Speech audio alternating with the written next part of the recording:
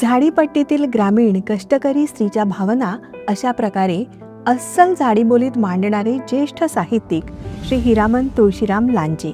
काही व्यक्ती केवळ आयुष्य जगत नाहीत, तर त्या आपल्या विचारांनी आणि शब्दांनी काळालाच दिशा देतात.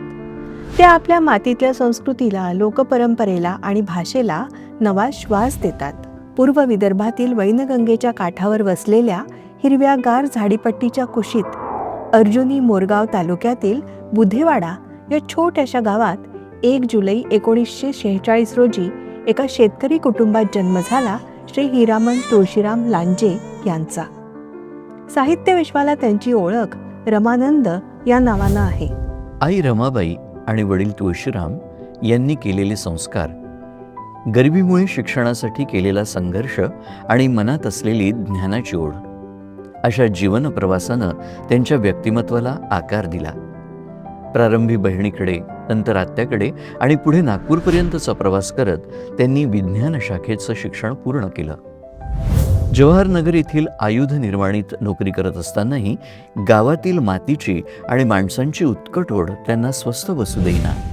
त्या ओढीनं त्यांच्यातील कवी लिहिता राहिला.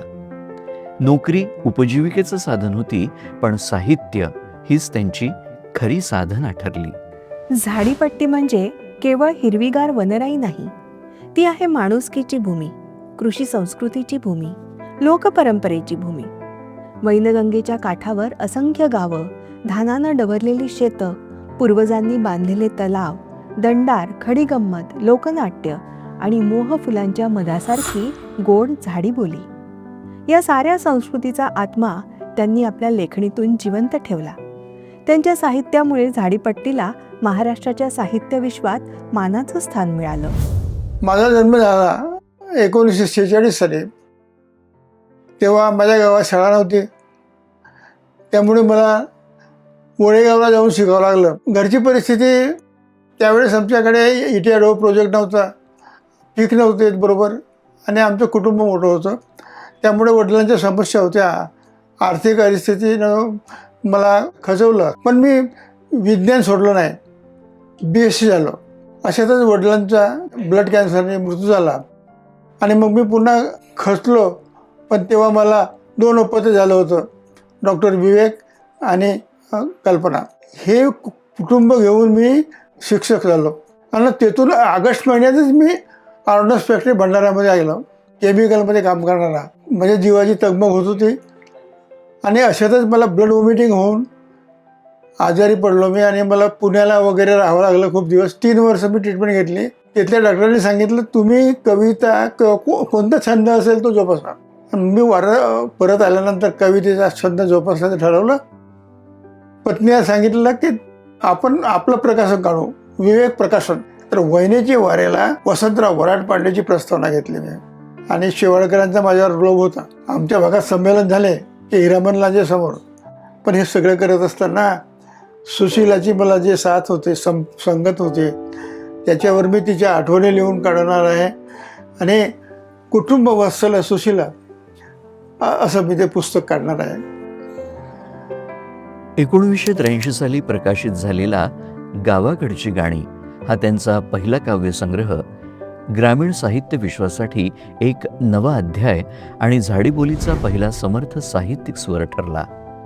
त्यानंतर आत्मभान, हिरवा पदर, अभिप्राय, समग्र झाडीपट्टी यासह तब्बल 28 ग्रंथांमधून त्यांनी कविता, कथा, कादंबरी, संशोधन, समीक्षा, लोकसंस्कृती, रंगभूमी आणि समाजचिंतन या सर्वच क्षेत्रांना अगदी समृद्ध केलं.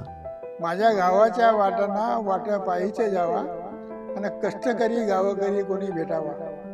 मला पाहून जरा सातो मोठा हरकून जावा आणि झाला साहेब तरी येते आपल्या गावा.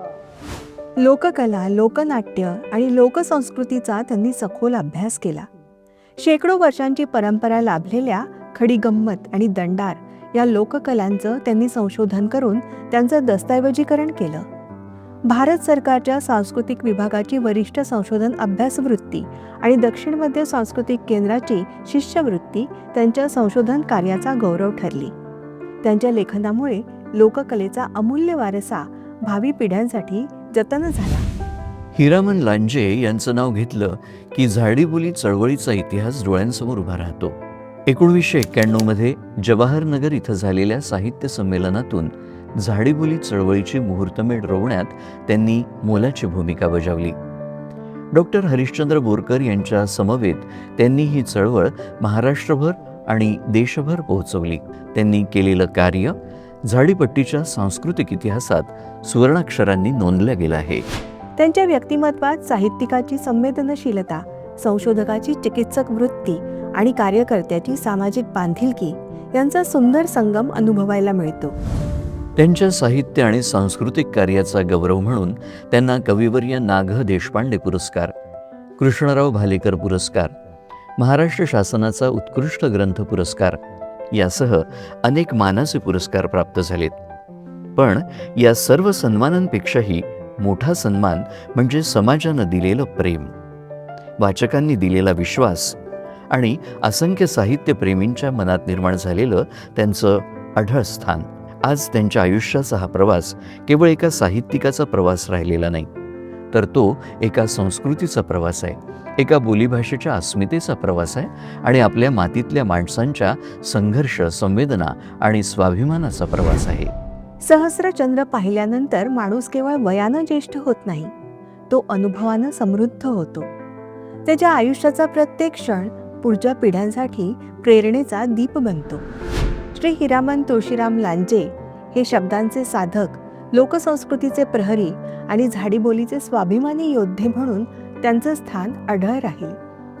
त्यांच्या समृद्ध जीवन कार्याला, अविरत अशा साहित्य साधनेला, लोकसंस्कृतीच्या जतनासाठी दिलेल्या अमूल्य योगदानाला आणि झाडीपट्टीच्या अस्मितेला दिलेल्या नवसंजीवनीला आम्हा सर्वांचा मानाचा मुजरा.